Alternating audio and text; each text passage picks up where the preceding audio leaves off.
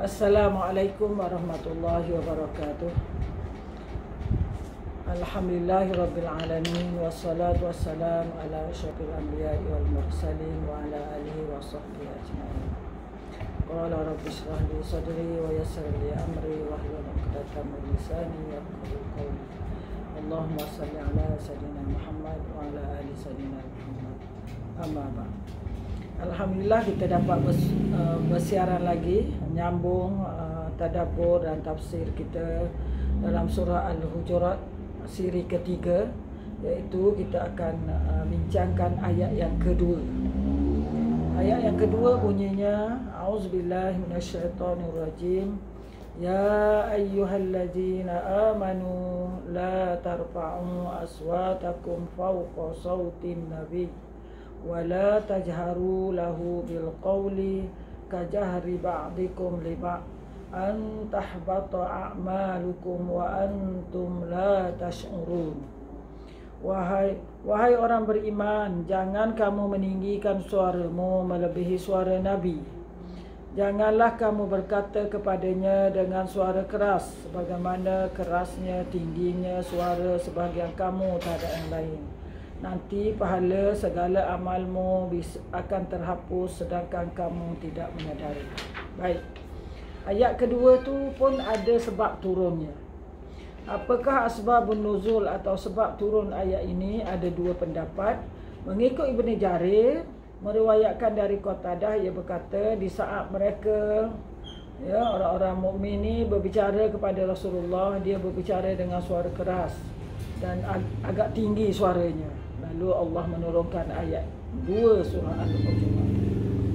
Pendapat kedua, ada yang meriwayatkan ayat ini turun berkaitan dengan diri Sabit bin Qais bin Syammas.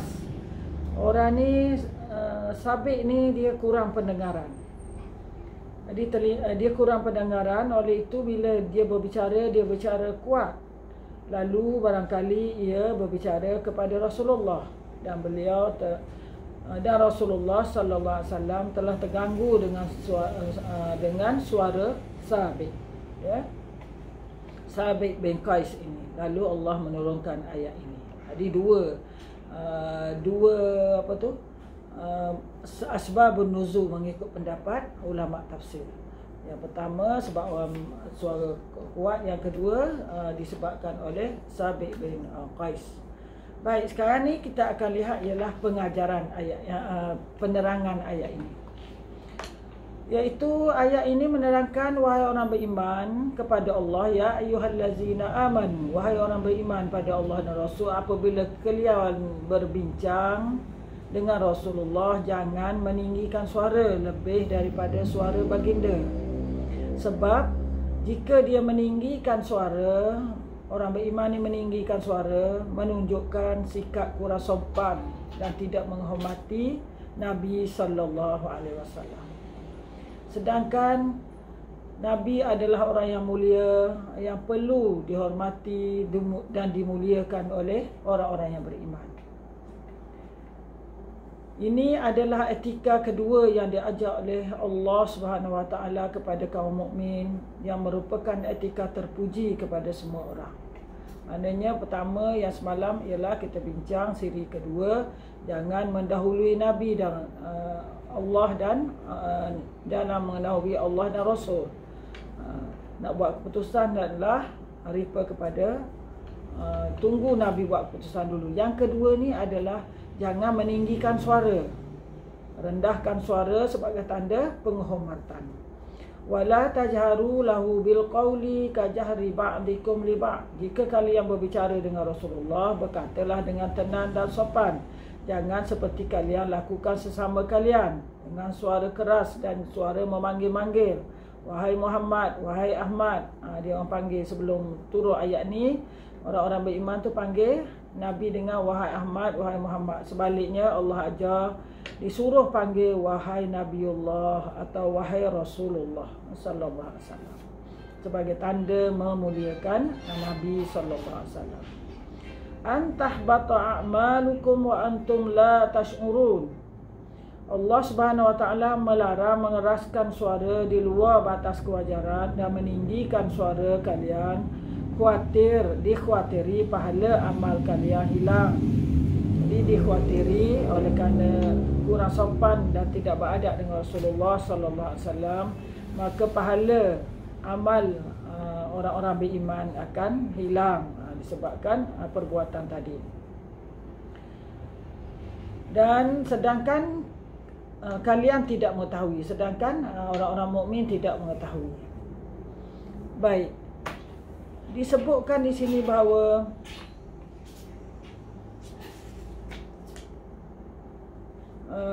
ada hadis disebutkan di sini juga bahawa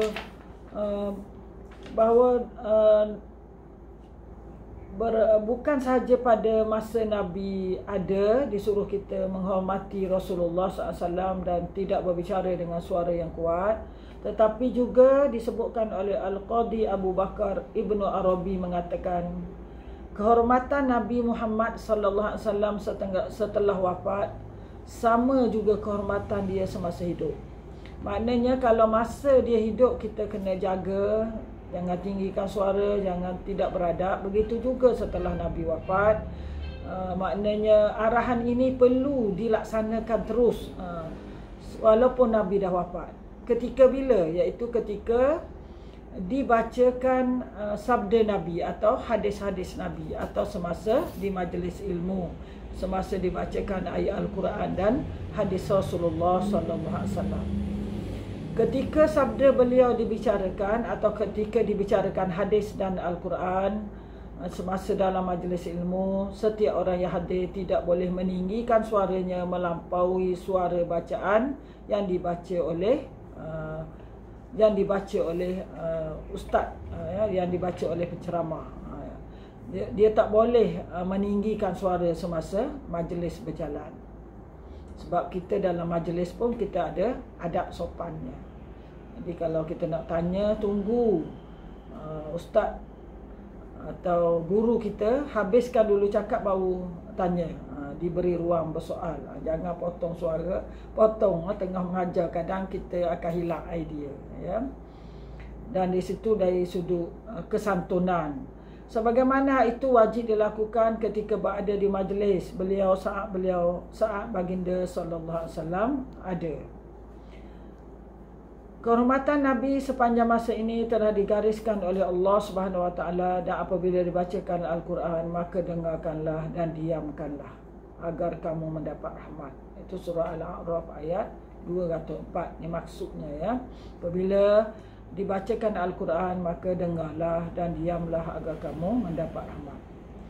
Jadi sabda Nabi ini dianggap sabda Nabi ini atau hadis Nabi ini termasuk dalam sebahagian dari wahyu Allah yang sama kehormatannya, yang perlu dihormati sama tarafnya dengan Al-Quran. Ya, ayat itu hadis-hadis Nabi ini kerana dia adalah daripada bimbingan Allah Subhanahu Wa Taala, sebab itu perlu dihormati.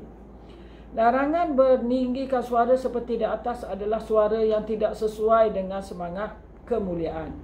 Bukan bermakna kalau nak cakap dengan Nabi, cakap dengan bisik saja, tidak. Tetapi dengan suara yang sederhana, supaya ada sifat orang mukmin tu, ada sifat-sifat orang mukmin yang ada adab, ya, bersama dengan Rasulullah sallallahu alaihi wasallam. Begitu juga dengan guru, dengan ulama, hendaklah ada caranya, bukan dengan suara tinggi ataupun dengan penghinaan dan sebagainya. Melanggar larangan yang disebut dalam ayat di atas dengan meninggikan suara melampau batas mengakibatkan gugurnya amal dan terhapusnya pahala. Makna amal tu dah gugurlah, pahala gugur. Bukan makna sebab tidak bersopan dengan Rasulullah sallallahu alaihi wasallam.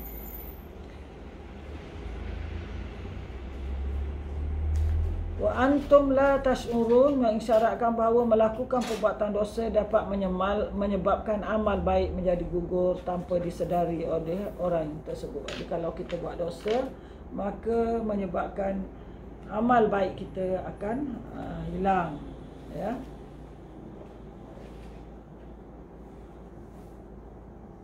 Orang-orang yang merendahkan suaranya ketika berbicara di sisi Rasulullah untuk memuliakan beliau, dan ketika mereka berbicara pada orang lain dekat beliau untuk memuliakan baginda, mereka adalah orang-orang yang hati mereka dikhususkan Allah untuk bertakwa dan bersih daripada sifat buruk, serta menamakan dalam hati mereka ketakwaan dan rasa takut padanya, bagi mereka pengampunan atas dosa mereka dan pahala yang agung. Jadi siapa yang menghormati Rasulullah, dia akan diberi ganjaran pahala.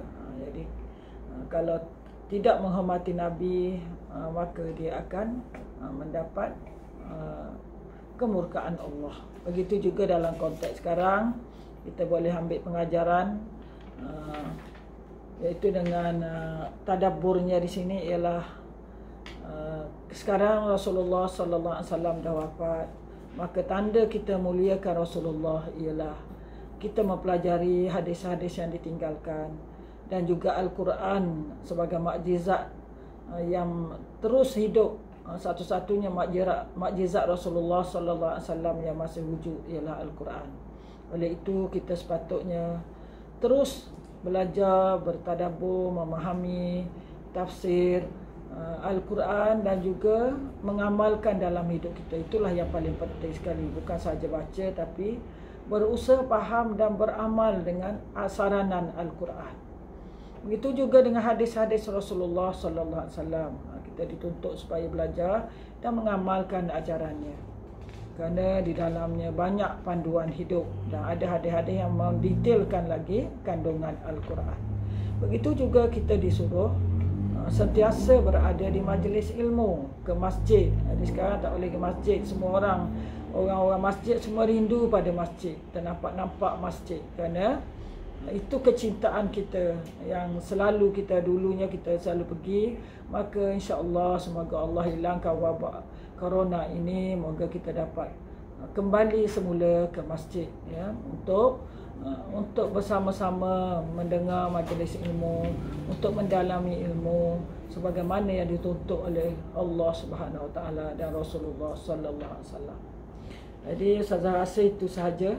Semoga segala yang baik adalah dari Allah, yang lemah daripada Ustazah, dengan keizinan Allah juga.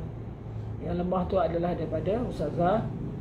Dan aqulu qawli hadza wa astaghfirullah li wa lakum.